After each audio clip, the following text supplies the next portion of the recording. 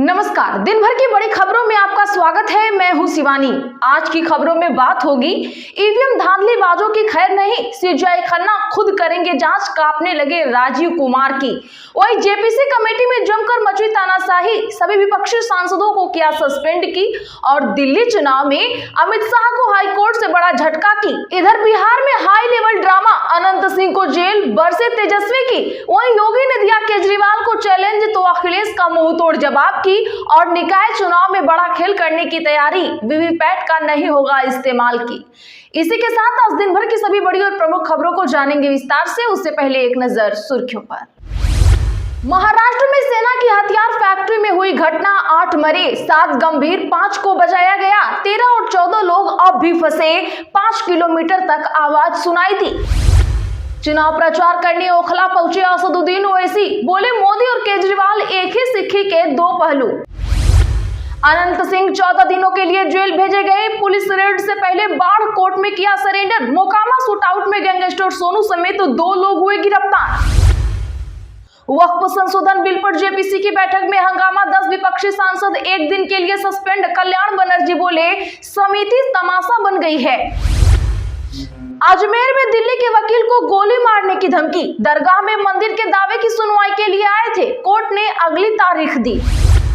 भूपेश बघेल ने राज्य निर्वाचन आयोग को लिखा पत्र, पूछा बिना वीवीपैट के कैसे होगा निष्पक्ष चुनाव। सीएम बोले आपत्ति के लिए पहले ही जगह है।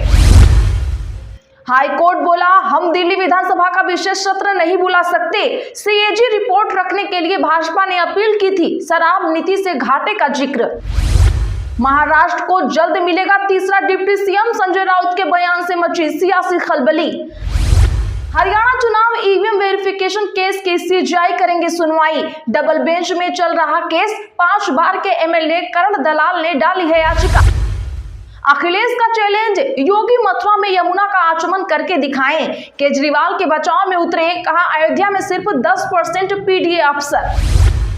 आप विधायक अमानतुल्लाह के बेटे की बुलेट जब्त, 20,000 चालान, साइलेंसर मॉडिफाइड था, पुलिस ने रोका तो बोला पापा विधायक हैं हमारे। राजपाल यादव के पिता ने दिल्ली एम्स में ली आखिरी सांस। बॉलीवुड एक्टर ने लिखा आपका भरोसा ना होता तो इस मुकाम पर मैं ना होता। अपराध अब आदत, भ्रष्टाचार बन गया शिष्टाचार। मोकामा गोलीकांड पर तेजस्वी ने नीतीश सरकार को जमकर घेरा।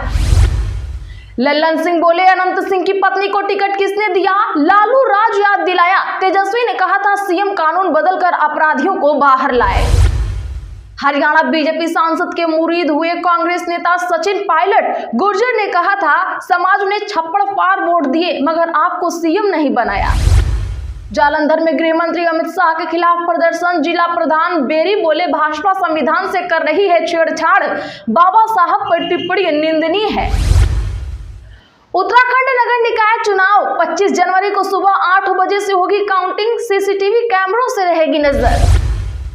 5 फरवरी को महाकुंभ में स्नान करेंगे प्रधानमंत्री मोदी, कांग्रेस प्रदेश अध्यक्ष भी लगाएंगे डुबकी। भैया जी बोले अहिंसा की रक्षा के लिए हिंसा जरूरी, भारत को शांति के रास्ते पर सबको साथ लेकर चलना होगा। ट्रंप को तीसरी बार राष्ट्रपति बनाने के लिए बिल हुआ पेश, रिपब्लिकन सांसद बोले उन्हें एक और मौका मिले, यूएस में 2 बार ही प्रेसिडेंट बनने की इजाजत। चलिए अब जानते हैं बड़ी और प्रमुख खबरों को विस्तार से। उससे पहले वीडियो को लाइक करें, साथ ही आपसे रिक्वेस्ट खबरों को आखिर तक जरूर देखें। अनंत सिंह 14 दिनों के लिए जेल भेजे गए, पुलिस रेड से पहले बाढ़ कोर्ट में किया सरेंडर। बिहार में हो रहा हाई लेवल ड्रामा। जी हां, मोकामा शूट आउट मामले में पूर्व विधायक अनंत सिंह को 14 दिन की न्यायिक हिरासत में पटना बेऊर जेल भेज दिया गया है। पूर्व विधायक के वकील रजनीश कुमार ने बताया कि जमानत की अर्जी दी गई थी लेकिन उस पर सुनवाई अभी लंबित है। शुक्रवार दोपहर 1:30 बजे बाहुबली ने बाढ़ कोर्ट में सरेंडर किया। कोर्ट के बाहर बाहुबली के समर्थकों का जमावड़ा लगा रहा। बाद में विपक्ष ने कानून व्यवस्था को लेकर सरकार को घेरा है। नेता प्रतिपक्ष तेजस्वी यादव ने इस मामले को लेकर सीएम नीतीश पर तंज कसा। तेजस्वी यादव ने कहा बिहार के सीएम अचेत हो गए हैं, राजधानी से सटे इलाके में 100 राउंड फायरिंग होती है लेकिन सीएम खामोश रहते हैं। सीएम कानून में बदलाव कर अपराधियों को बाहर निकालते हैं। तेजस्वी के बयान पर केंद्रीय मंत्री लल्लन सिंह ने पलटवार किया है। उन्होंने कहा कि अनंत सिंह की पत्नी को तेजस्वी ने टिकट क्यों दिया था, बिहार में सब कुछ सामान्य है, कोई घटना होती है तो कानून सख्ती से अपना काम करती है।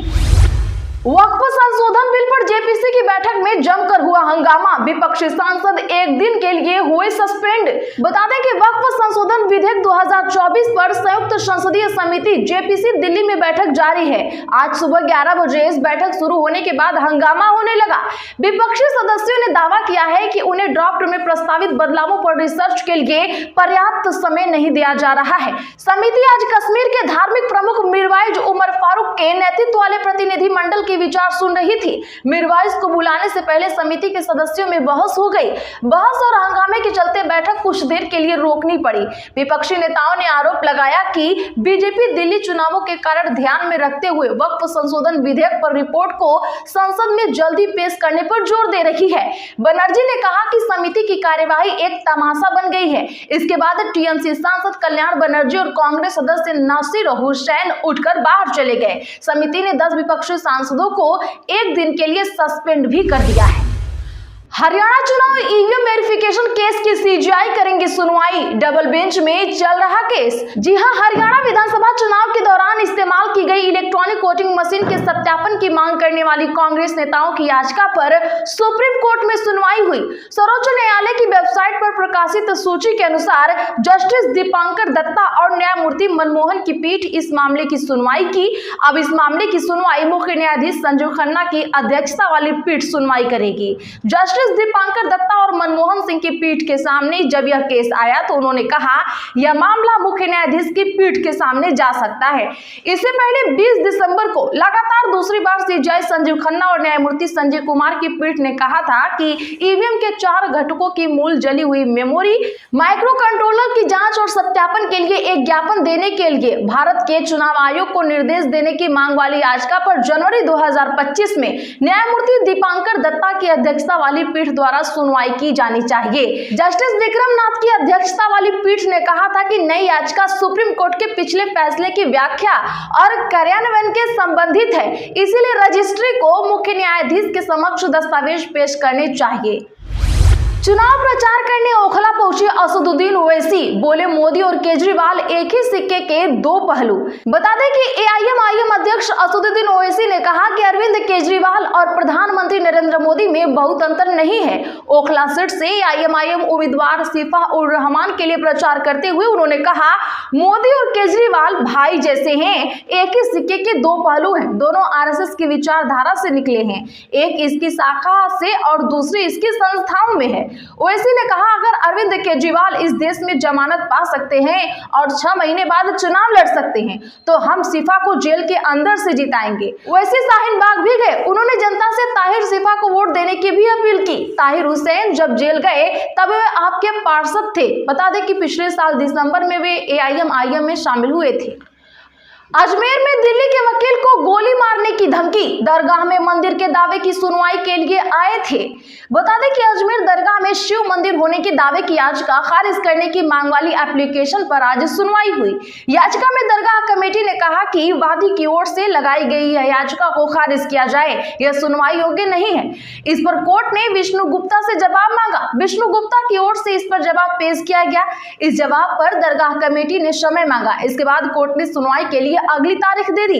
बता दें कि अजमेर वेस्ट कोर्ट में आज 110 को लेकर लगाई गई अर्जियों पर सुनवाई होनी थी, लेकिन कोई सुनवाई नहीं हुई। वादी विष्णु गुप्ता ने इस पर और समय मांगा है। 110 की एप्लीकेशन दायर करने आए सुप्रीम कोर्ट के वकील हुसैन मोइन फारूक निवासी बेंगलुरु ने कहा, मैं दिल्ली में प्रैक्टिस करता हूँ। सुबह 10 बजे करीब कोर्ट पहुंचे थे, उसके बाद 2:30 बजे सुनवाई होनी थी, ऐसे में बाहर आ गया। इस दौरान एक व्यक्ति खुद को मीडिया वाला बताते हुए आकर बोला, अगर 2:30 बजे आया तो गोली मार देंगे।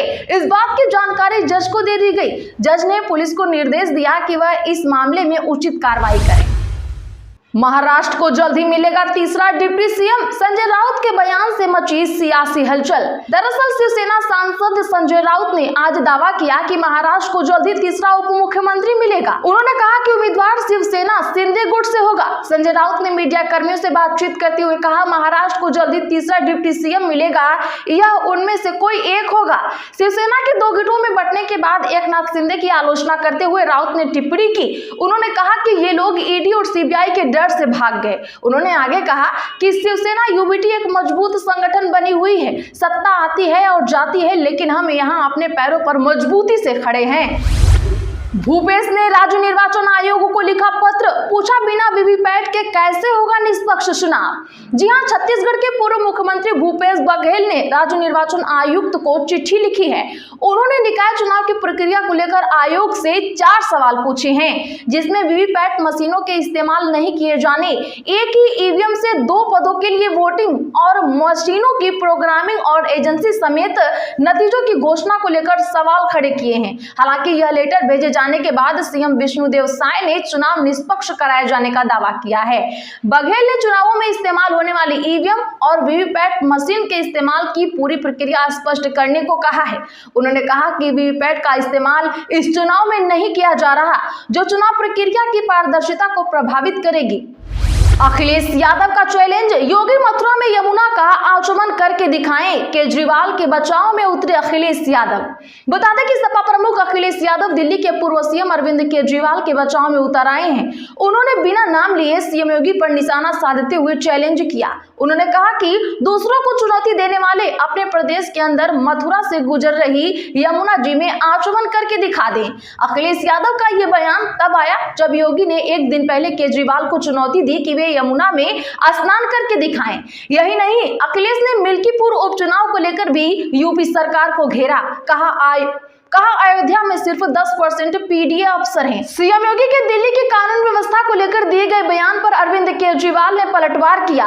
उन्होंने कहा कि सीएम योगी ने सही मुद्दा उठाया है, लेकिन कानून व्यवस्था अमित शाह के अंडर आती है। तो आज के लिए बस इतना ही। ऐसे ही बड़ी खबरों के लिए हमारे एसपी लाइव चैनल को अभी सब्सक्राइब करें, बगल में घंटी के निशान को भी जरूर दबा लें, वीडियो को लाइक शेयर जरूर करें।